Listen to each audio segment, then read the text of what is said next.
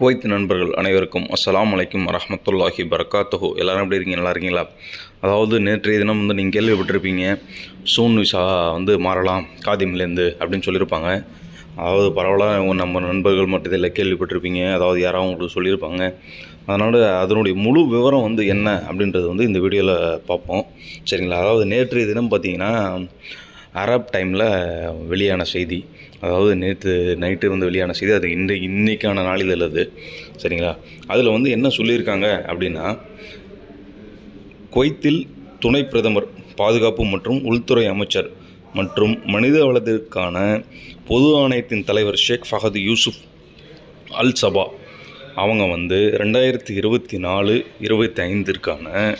முதல் கூட்டத்திற்கு தலைமை தாங்கினார், சரிங்களா? ஃபஸ்ட்டு கூட்டம் நடந்துச்சு. அந்த கூட்டத்துக்கு அவங்க தலைமை தாங்கினாங்க. அடுத்தபடியாக அவங்க என்ன சொல்லியிருக்காங்க பார்த்தீங்கன்னா, 2023-24 நிதியாண்டிற்கான மனித வளத்திற்கான பொது அதிகார சபையின் இறுதி கணக்குகளை அங்கீகரிப்பதற்காக இந்த கூட்டம் நடைபெற்றதாக உள்துறை அமைச்சகத்தின் பாதுகாப்பு உறவுகள் மற்றும் ஊடகங்களின் பொது நிர்வாகம் ஒரு செய்தி அறிக்கையில் தெரிவித்துள்ளது.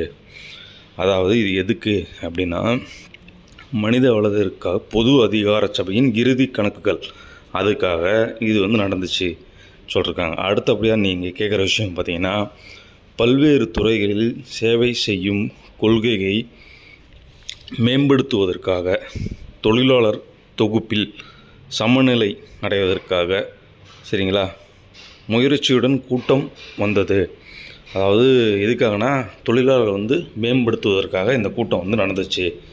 அடுத்தது பார்த்திங்கன்னா, 2 மாதங்களுக்கு வீட்டு பணியாளர்களை விசா 20 தனியார் துறையில் பணிபுரிய விசா 18 மாற்றுவதற்கான தடையை தற்காலிகமாக நீக்குவதற்கு வரைவை தயாரிக்க மனித வளத்திற்கான பொது அதிகார சபைக்கு ஒதுக்கப்பட்டுள்ளதாக அந்த அறிக்கையில் கூறப்பட்டுள்ளது. இதுதான் நம்ம பாயிண்ட்டுங்க. ஆக என்ன சொல்லியிருக்காங்க அப்படின்னா, 2 மாதங்களுக்கு, சரிங்களா, வீட்டு பணியாளர்கள் விசா 20லேருந்து 18 மாற்றுவதற்கு தடையை தற்காலிகமாக நீக்க போகிறாங்க. அதாவது நீக்கிட்டாங்க அப்படின்னு சொல்லலை, நீக்க போகிறாங்க அப்படின்னு சொல்லியிருக்காங்க, சரிங்களா? இந்த படிநிலையை செய்முறையின் அமைப்பு மற்றும் தொழிலாளர் சந்தையில் வளங்கள் மற்றும் தேவைக்கு இடையில் சமநிலை அடைவதற்காக உத்தரவாதம் அளிக்கும் நிபந்தனைகளுக்கு உட்பட்டது. அதாவது என்ன சொல்லியிருக்காங்க அப்படின்னா, அதாவது லேபர் லா இருக்குது பார்த்தீங்களா, அந்த லாக்கு உட்பட்டது. ரெண்டாவது balance between supply and demand இந்த லேபர் மார்க்கெட். அதாவது உங்களுக்கு சப்ளை பண்ணுற டிமாண்ட் யாருக்கு தேவை இருக்கோ அவங்களுடைய டிமாண்ட் என்ன, சப்ளை பண்ணுறது யார்கிட்டேருந்து நீங்கள் யார்கிட்ட மாற போகிறீங்க அப்படின்றதெல்லாம் பொறுத்து சில நிபந்தனைகளுக்கு உட்பட்டது அப்படின்னு சொல்லியிருக்காங்க. இன்ஷா அல்லாஹ் இது அஃபிஷியலான அறிவிப்பு, இன்னும் அதிகாரப்பூர்வமாக அமலுக்கு வரவில்லை.